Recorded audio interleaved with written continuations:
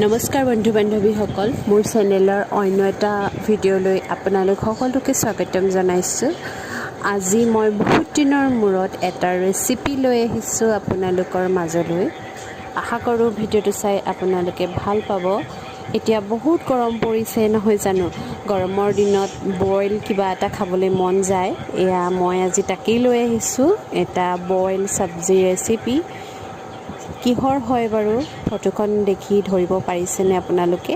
এইটো কোমোৰাৰ boil recipe হয়। ডায়েবেটিক ৰোগীসকলৰ বাবেও খুব উত্তম হ'ব।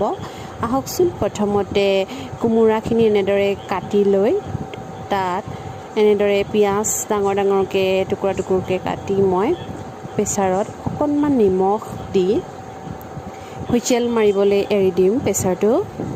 এয়া সোৱাদ অনুসৰি অলপমান নিমখ দিছোঁ। নিমখ দি তাত মই অলপমান পানী দি তাত মই হুইচেল মাৰিবলৈ প্ৰেছাৰটো 3টা হুইচেল মৰাম। আনফালে মই 2টা বিলাহী এনেদৰে পুৰি লৈছোঁ গেছতে, আৰু বিলাহীকেইটা পুৰা হোৱাৰ পিছত এখন কেৰাহী পাতি দিছোঁ।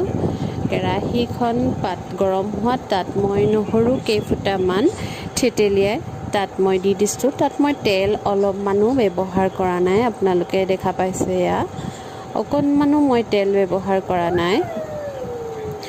এয়া মই পিঁয়াজ দুচকল দি দিছোঁ আৰু এনেদৰে মই লৰাই দিছোঁ। যিহেতু কেৰাহীখন গৰম হৈ আছিলে, অলপমান লাগি ধৰিছে দেখা পাইছে, হ'লেও কোনো কথা নাই। এনেদৰে অকণমান ৰঙচুৱা হোৱালৈকে ভাজি ল'ম মই নহৰুখিনি। অকণমান ৰঙচুৱা, অকণমান আৰু নিমখ দি দিছোঁ সোৱাদ অনুসৰি। আগতেও দিয়া আছে, গতিকে অলপমান মন কৰিব লাগিব। আৰু মই বিলাহীকেইটা গুটিখিনি এৰুৱাই লৈ এনেদৰে মই দি দিছোঁ। যিকেইটা পুৰি লৈছিলোঁ বিলাহী, পুৰা বিলাহীকেইটা মই ইয়াতে দি দিছোঁ। বিলাহীৰ পৰা পানী ওলাব আৰু নিমখো যিহেতু দিছোঁ, অলপমান পানী ওলাই যাব আৰু কেৰাহীত লাগি নধৰে। এয়া মই গেছটো কমাই মেলি নাই লোৱা, নৰ্মেলতে ৰাখিছোঁ। এয়া মই খালি লৰাই আছোঁ, এৰি দিয়া নাই, লৰাই আছোঁ। এয়া দেখা পাইছে। এতিয়া মোৰ চিটি 3টা হুইচেল মৰাৰ পিছত এয়া সিজি গৈছে। আৰু আনফালে এয়া দেখিছেনে, মই খুন্দনাটোত অলপমান বৰা চাউল আধা ঘণ্টামান তিয়াই ৰাখি এনেদৰে খুন্দনাটোতে খুন্দি ল'লোঁ। এয়া দেখিছেনে কেনেকুৱা হৈছে। এয়া মোৰ আনফালে সেইখিনিও গোটাই ৰাখিছোঁ আৰু এইফালে এয়া লৰাই ৰাখিছোঁ।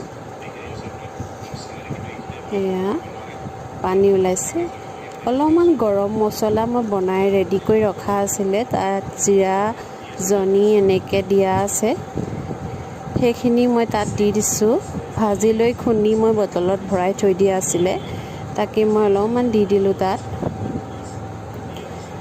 বেছি নাই দিয়া, যিহেতু গৰমত ইমান মছলা খাই ভাল নালাগে। আৰু এয়া মই ইয়াত বইল কৰা কোমোৰাখিনি দি দিলোঁ।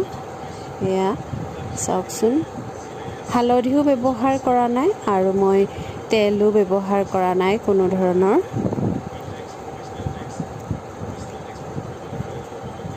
এয়া উতল আহিছে। এতিয়া মই বৰা চাউল অকণমান যে খুন্দি ৰাখিছিলোঁ, সেইখিনি তাত দি দিছোঁ। সেইখিনি দি দিয়াৰ কাৰণে সাংঘাতিক এটা টেষ্ট আহিছে। যদি এই ৰেচিপিটো আমি ঠাণ্ডা দিনত খাওঁ, তেতিয়া জালুক দি দিলে তেতিয়া আৰু ধুনীয়া হ'ব। কিন্তু এতিয়া মই যিহেতু গৰম দিনত বনাইছোঁ, খুব গৰম পৰিছে, গতিকে মই ইয়াত অলপমান নেমু চেপি দিম, নেমু দি খাম আজি। এয়া অলপমান নেমু চেপি দিছোঁ। এয়া অলপমান নেমু দি দিছোঁ আৰু নেমু দি মই আকৌ লৰাই দিম। এয়া দেখা পাইছে, সাংঘাতিক টেষ্টি হৈছিলে খাবলৈ। আপোনালোকেও এনেদৰে বনাই খাবচোন। যিসকলৰ গৰমত একো খাবলৈ মন নাযায়, একো কৰিবলৈ মন নাযায়, এনেদৰে খালে ভাল লাগিব। এবাৰ খাই চাবচোন বাৰু, আৰু খাই কেনেকুৱা পায় মোক কিন্তু জনাবলৈ নাপাহৰিব। এয়া চব পৰিৱেশনৰ বাবে এয়া ৰেডি হৈ গৈছে। খুব ধুনীয়া হৈছিলে খাবলৈ, আৰু দেখিবলৈও দেখিছেনে কিমান ধুনীয়া লাগিছে। আৰু এনেদৰে তেল নিদিয়াকৈ খালে স্বাস্থ্যৰ কাৰণে বহুত উপকাৰী, সকলোৱে জানেই আজিকালি। এয়া এটা বইল ৰেচিপি আজি বহুত গৰমৰ বাবে আপোনালোকৰ মাজত আগবঢ়ালোঁ। যদি মোৰ ভিডিঅ'টো চাই ভাল লাগিলে মোৰ চেনেলটো ছাবস্ক্ৰাইব কৰি দিব।